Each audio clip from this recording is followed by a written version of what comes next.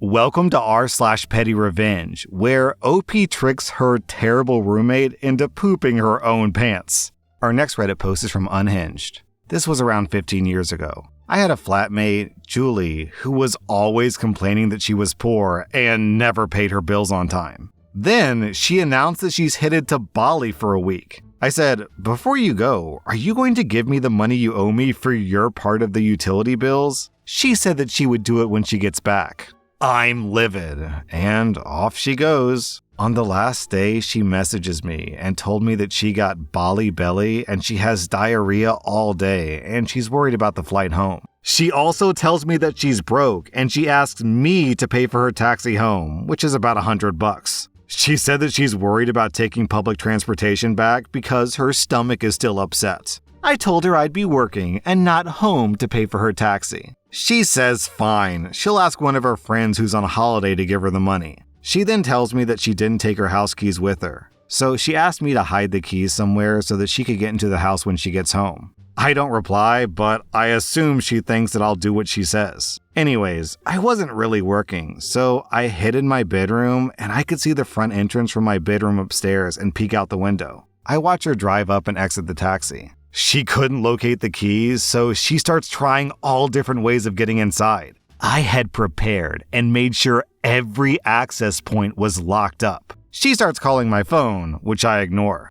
I can hear her swearing, and then she's doubled over, and before I know it, she starts pooping herself. She's in a denim skirt, and it's runny. Now, I'll be honest, I wasn't quite expecting her to poop herself on our doorstep. I was more thinking that she'd freak out and have to sit outside all day until I came home, but this was a far more perfect outcome. I only wish I could have filmed it. She is horrified, but changes into something from her luggage and hides her soiled clothes and suitcase in a bush in the front yard and takes off down the street. I take that opportunity to leave the house, and on my way out, while gagging, I placed her poopy clothes inside of her suitcase with her clean clothes.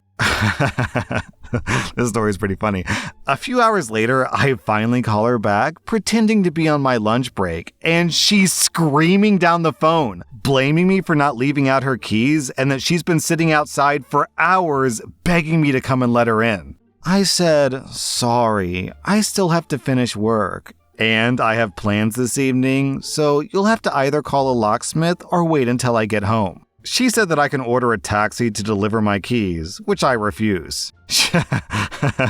She hangs up, and then I treat myself to 2 back-to-back movies at the cinema and a nice dinner. I get home later that evening, and she's broken a window to get inside.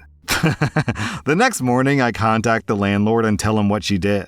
Since we paid rent individually and they always had issues with her late rent, they said that they would look at evicting her because they'd had enough too. She wouldn't speak to me at all, and a few weeks later, I was informed by the landlord that she's moving out. We never spoke again, and I'm pretty sure she tells the story as me being a psycho flatmate, and I'm happy to wear that badge proudly. Down in the comments, King Martino asks, how is she not suspicious by the fact that her clothes move themselves inside of her suitcase? OP says, I should have added, she left that suitcase outside for 3 days. Since we never spoke again, I'm assuming that she figured out that I played a part in her incident. My new flatmate was fabulous, and we lived together for 3 years until I moved to another country. Amazing 3-day-old diarrhea that's been sitting out in the sun in a suitcase. I'm guessing she had to throw away all of her clothes inside of the suitcase, including the suitcase itself. I mean, maybe you could wash that out, maybe, but would you even want to? And the suitcase, I mean, that'd be beyond repair, right? So altogether, considering all the stuff she might have thrown away, it would have been way cheaper if she had just paid you what she owed you. Our next Reddit post is from Andrew QR. So there was this event at a bar that I was planning to go to this weekend, and I asked this guy to be my date that night because I don't like to be alone in crowded, unfamiliar places. At first, he seemed quite enthusiastic because he messaged me a lot about it. One time, he casually mentioned how expensive going out in New York City has become, which is true. I said, no worry, I'll pick up the tab and we'll have a good time. I genuinely didn't think of it as a big deal since I'm not the most frugal person in the world. So the night before our supposed date, I wanted to confirm everything and I messaged him. I said, "We can grab something to eat beforehand. What kind of food do you like?" He replied saying that there's a sushi place in Queens that he wants to try.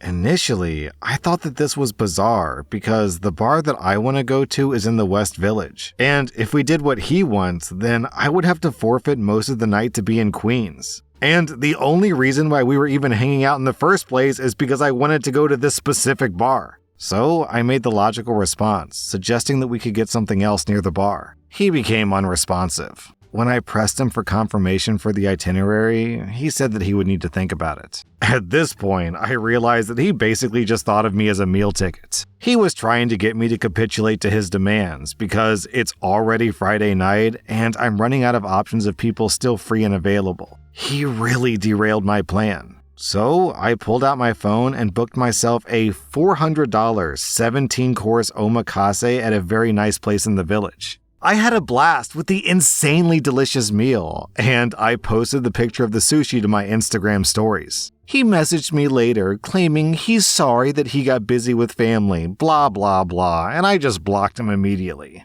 Man, I feel kind of bad. I have never in my entire life been asked on a date by a girl where they offered to pay. This dude got the Holy Grail and he still blew it. A free meal from a lady treating you? That's so nice. This dude gets all the luck and he squanders it. Could have had an amazing sushi meal with what seems like a pretty chill, cool girl to be around, and he just blew it. Sad, honestly. Our next Reddit post is from Uncle Yuri. This happened about a year after my divorce. My ex-wife had been acting petty and childish, to say the least. She tries to make me look bad any attempt she gets. My young son played t-ball last year, and I volunteered to be the coach. I really enjoyed it, but my work responsibilities and schedule changed before this season, and I simply couldn't commit to do it again. I became good friends with the guy running the league, and I let him know before the signups even started as a heads up that I couldn't do it this year. We were both disappointed, but there wasn't much I could do about it. What I was able to do was volunteer to get to the field super early on Saturday before the games to set them up.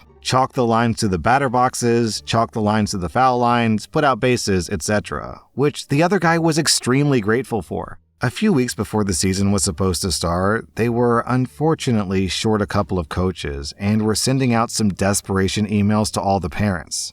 My ex knew my situation, and apparently she thought that going onto the website and basically fraudulently volunteering me to be the coach would be a great way to inconvenience me and make me look bad by having to back out, so she did just that. My buddy running the league called me, very confused. In order to register, you have to make a username and password. The username is just your email, so after a few minutes of investigating, we worked out that this was her because of her email. Ultimately, the other guy decided to put his kid on my son's team and also be their coach. The other coach was pissed off at my ex though, because this stunt could have set them back in finding a legit coach if they needed to, possibly delaying the league. Here's where I come up with the Pettyrevenge. The coach sent out the official email to all the parents of the league with the rosters and coaches for all 10 teams. Except for our kid's team, I tell him instead of listing himself, he should list my ex. He puts her name and contact info and says to expect further info from each coach individually. She emails the guy back once she notices to point out this mistake, saying that it should have been me instead, but he just ignores it. He just sends her all the official information and asks for times that she can come pick up the equipment, the whole 9 yards. After a couple of days, the parents of the team apparently start emailing her, asking her for info on when the season starts, when practice will be, and all that. Eventually, my friend does reply back to my ex-wife, playing dumb. He tells her he knows that she's the one who volunteered because it was her username that registered. And he knew that it wasn't supposed to be me who registered because he had spoken to me months earlier and knew that I wasn't able to do it this year. This put my ex-wife in an awkward spot because she either had to admit that she lied or feign some BS ignorance and claim a miscommunication, which everyone knew was nonsense since we were divorced. After she flat out says that she can't coach and isn't sure what to tell him, my friend sends another email to the entire league which says, "Due to the coach of our team backing out at the very last minute, I have no choice but to take on coaching the team myself, on top of the rest of my responsibilities. Moving forward, we ask that coaches don't volunteer unless they plan on fulfilling that commitment." My friend didn't mention my ex-wife by name, but everyone saw the rosters and knew that he was talking about her. My ex-wife texted me a few weeks later once the season started about how, "Your buddy is a butthole for doing that to me, all over a glitch in the registration software. Because multiple people have approached me and asked me not so nicely what happened, and I'm getting looks from people during the games." What a satisfying text to receive.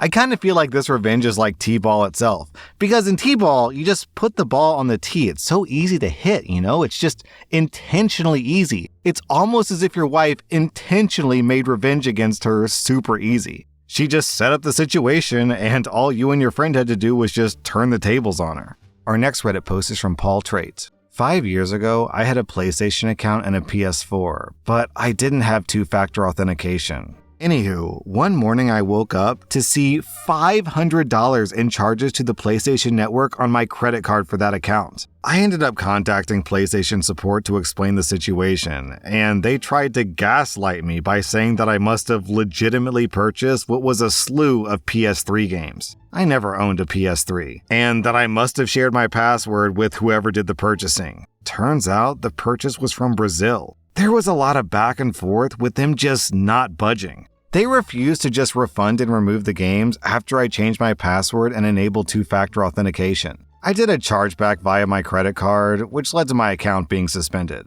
All in all, I probably had about $200 in digital games that I lost access to.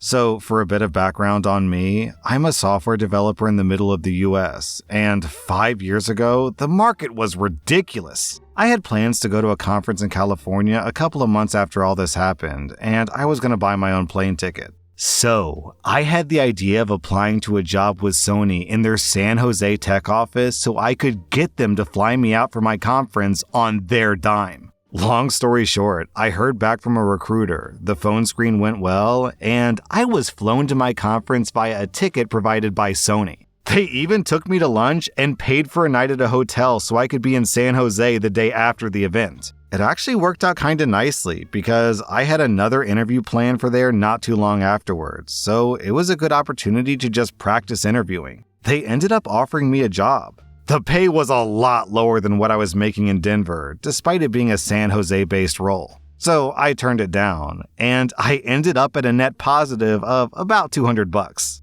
I was thinking OP had about $200 worth of games, so OP could take the $200 that he saved and just rebuy the games that he had, and he'd be completely at a net neutral. However, actually, a lot of games, once you play them, you don't go back and replay them, so even then, OP's at a net positive. So, a win for OP! And in the spirit of video games,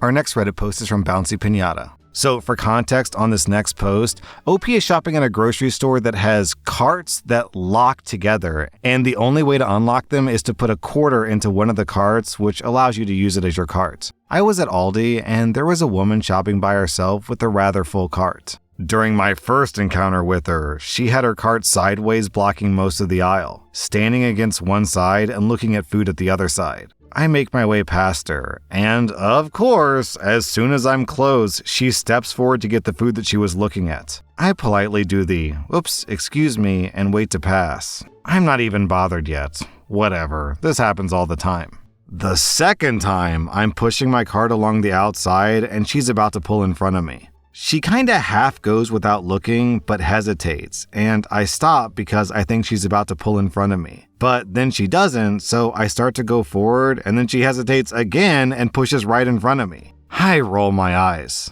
The third time I encounter her, she parks her cart totally sideways, blocking the whole aisle between those island freezers in the wall. She leaves her cart unattended and goes to get something else. So, in the middle of grumbling and reaching to move it, I instead put her latch onto my cart, leave my 3 to 4 items behind, and scurry off to get a new cart. I guess she didn't have a quarter to unlock the carts because I saw her trying to push both awkwardly at the same time in different directions to the checkout.